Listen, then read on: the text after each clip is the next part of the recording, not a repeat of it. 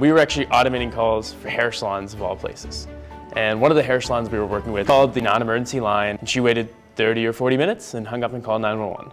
I'd never even thought about it. I honestly thought that police officers answered the phone. There was this function that was like so crucially important to how communities get the response that they need, and it was being entirely overlooked.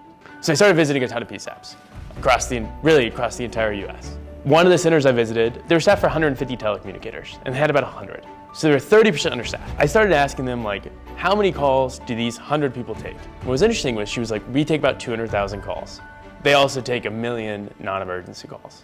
And to me, that was my in the desert eureka moment, I guess, of why are these 911 telecommunicators spending literally 70 or 80% of their time on non-emergency calls? It's the greatest misallocation of labor imaginable.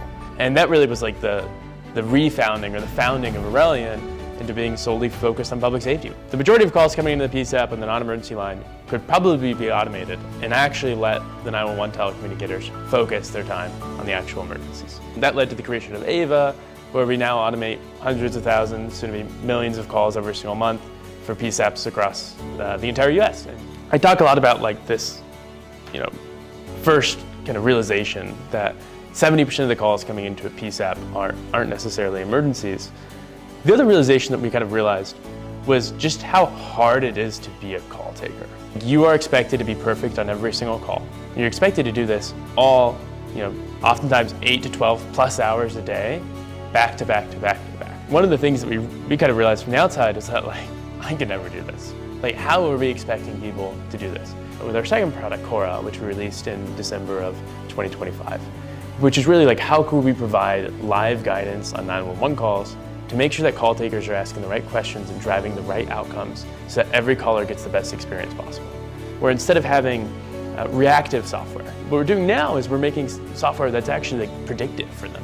And with the whole goal of how can we have telecommunicators spending the vast majority of their time and their energy on the 911 emergencies that have high acuity, that require their expertise.